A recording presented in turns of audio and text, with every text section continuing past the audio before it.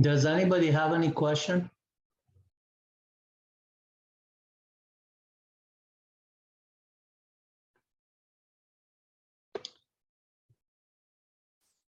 No question. I want to show you under the files. I shared this X session, which is shows you how to do what I was showing you earlier on the demonstration of connecting through external for a X session. So basically, under the this how to section under the modules, I may put some more, but I already put that or on a Mac or X or Linux, and you want to use terminal emulator to connect through SSH with X session. And there's a lot more to it, the system, some Linux command and everything related to that one. But the X session is definitely for this regard to what class you take or what job you have. Most likely you will be needing it at some point in your life. And you need to know how to set up an X session to do terminal emulator for a different platform remotely. Because sometimes the GUI is not interface available, the work is much, much harder. And with X session, you can do that.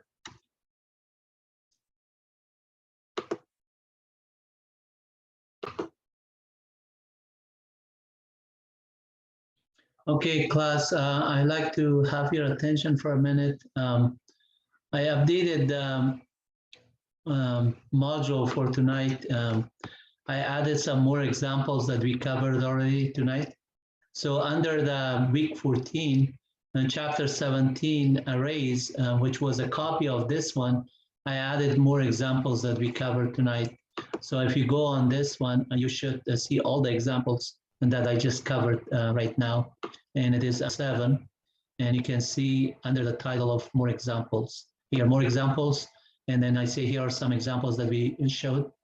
Basically, I showed the name of the host name, which is my host algorithm in this case. And then I show the print working directory, which is the current working directory that we have all the C++ codes in there.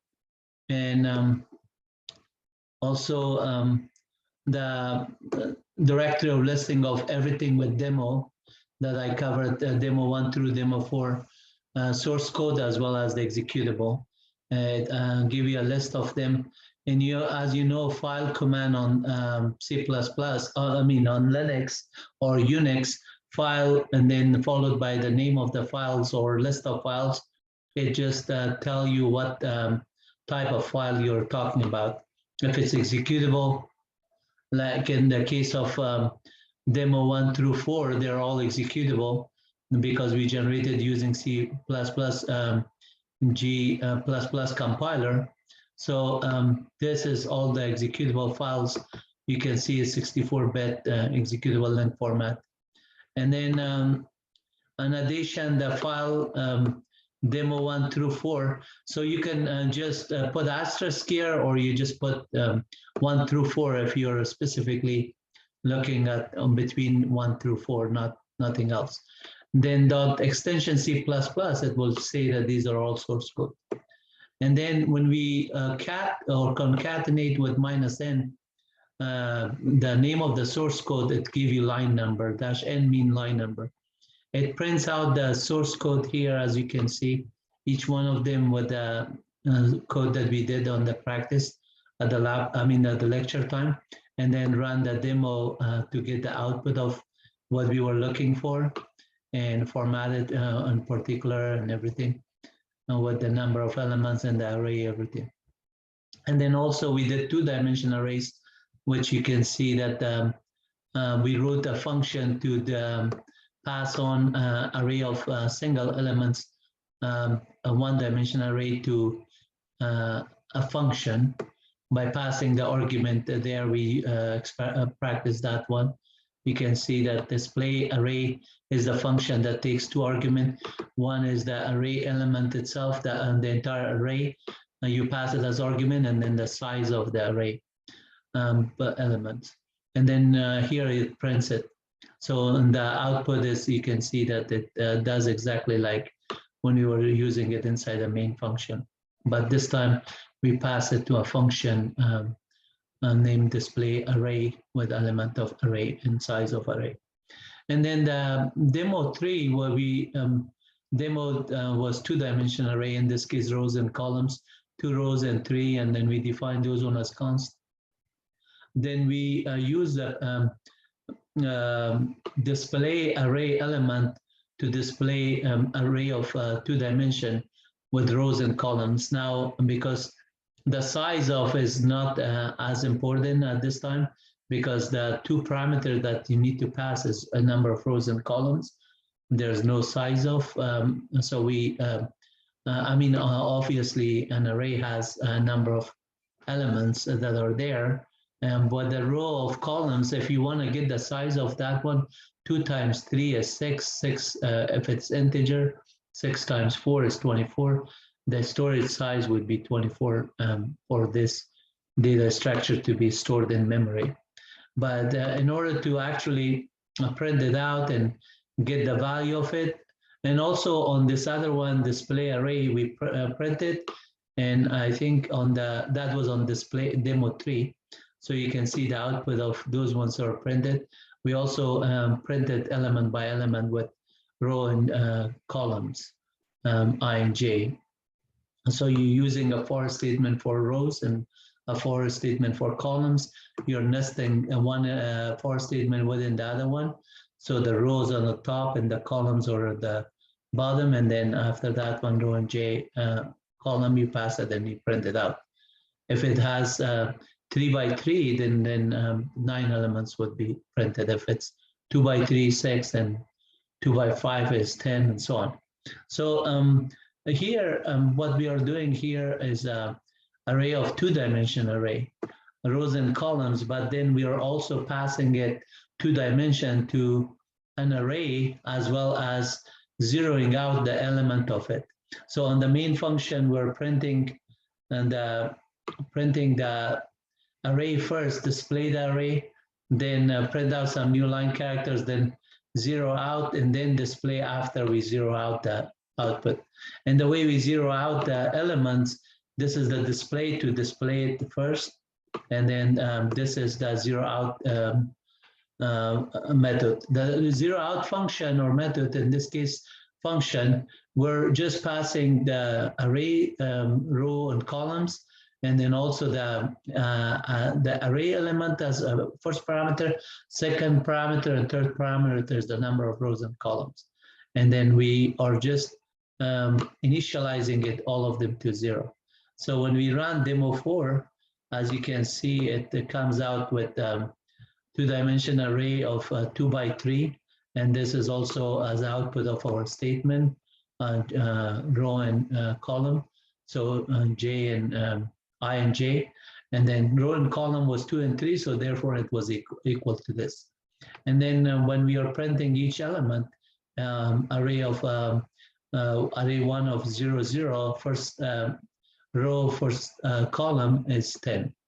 First row, second column is 20, and so on, until the last row, which is row 1, with column 2, is going to return 60. And then the reason that it's happening here, because of these values. So this is our first row, and this is our second row. And this is an array of array. And this is one array, and this is a second array.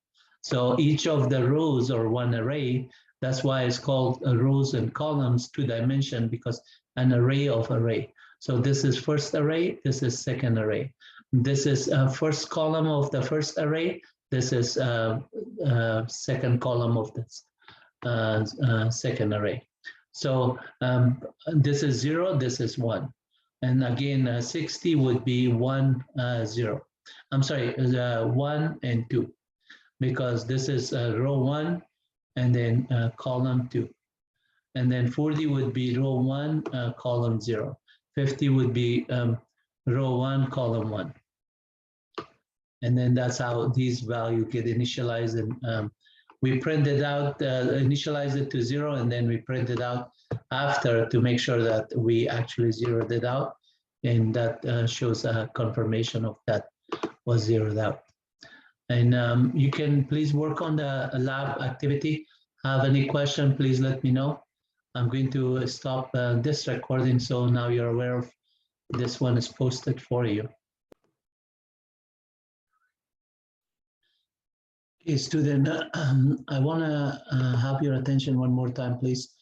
On the chapter 7, array with more example module or file, this page, I just added some more lab activities and exercise and lectures that we did last week, and there are the more examples. So when you go through this after the lab activities, there's more examples here.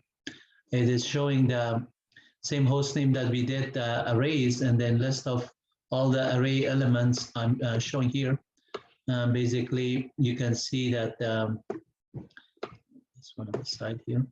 So the array of 3-dimension array that is here in the example, as you can see, this 3-dimension has rows and columns, and the third column is how many elements. For example, this one has an array of rows of 3. So this is one row, this is another row, and this is another row.